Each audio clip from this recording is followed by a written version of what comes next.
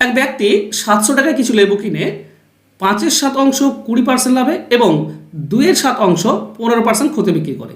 মোটের উপর কত তার লাভ বা ক্ষতি হবে? দেখো, অঙ্কটি যদি বোঝার চেষ্টা করো, এখানে টোটাল 700 আছে আর নিচে দেখো 7 দেওয়া আছে, তো 7 ভাগ, তাহলে একটা 5 ভাগ আর একটা 2 ভাগ, 7 ভাগ হয়ে যাচ্ছে। এই 5 ভাগে 20% লাভ, তাহলে টোটাল লাভ কত? 5 × 20। এটাতে 15 ক্ষতি, দুটিতে 15 ক্ষতি মানে মাইনাস হবে, সরি এখানে প্লাস হবে। দেখো মোটের ওপর যদি লাভ করতে কত লাভ, আচ্ছা মাইনাস হবে, তো এখানে মাইনাস হয়ে যাবে তোমার 2 15 30। বুঝতে পেরেছো? লাভ হয়েছে প্রথমটা 5 20 100, আর এই 2 ভাগটাতে 15 ক্ষতি হয়েছে, তো 15 2 30 ক্ষতি। একে ভাগ করে দাও টোটালের ওপর, কারণ আমাকে মোটের ওপর চেয়েছে, তো টোটাল 7 দিয়ে ভাগ, ব্যাস এটুকু করলেই অ্যান্সার হয়ে যাবে। তাহলে 100 থেকে 30 বিয়োগ করলে আমরা পাই 70/7, তার মানে 10%। তাহলে মোটের ওপর 10% লাভ হয়েছে, তো অ্যান্সার হবে অপশন এ।